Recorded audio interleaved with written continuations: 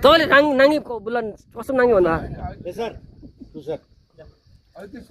अब ल सप्रेकै राम्रो हो नि ल पुरै भन्दैन पुरै भन्दैन होला पुरै भन्दैन पुरै भन ल है त्यो तपाईँले भन्नु तपाईँले ल भन्नु रोलिङ एक्सन ए बुढी एउटा कुरा सुन्नु थाहा पाउने हो के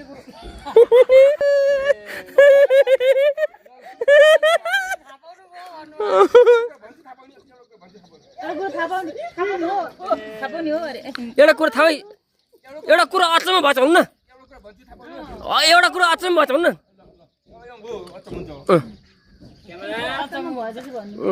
रोलिङ एक्सन ए बुढी एउटा कुरा अचम्म भयो कि थाहा छ के कुरो हो त्यो चिरिन कि नाम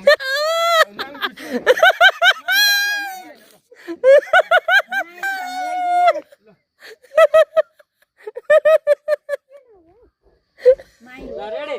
क्यामेरा रोलिङ एक्सन ए बुढी एउटा कुरा सुन्थ्यो थाहा पनि एउटा कुरा अचम्म भएछ नि roll camera rolling action action ए बुढी एउटा कुरा अचम्म भयो कि थाहा पाइ के कुरा हो त्यो माइला थियो नि माइला बिहानदेखि बेलुकासम्म जहाँ ढोकेर हिँड्ने मान्छे अहिले त काम गरेर फुर्सद एकछिन खुट्टो छैन त काम गरे पैसा कमा हेर बुझिहाल्छ सधैँ जाँडो हल्लिनु भन्दा त काम गरेको राम्रै त भयो नि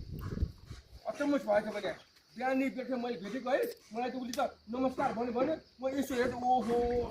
कति काम खटेको यति खटेको पुरै छोड्दियो ल त्यस्तो भयो राम्रो हो नि गरेर खाएको राम्रो हो नि त्यो बुढीले मात्रै कति गर्छ त्यही त ल हिँड्नुहोस् खाना खानु जाऊँ ल ल्याऊ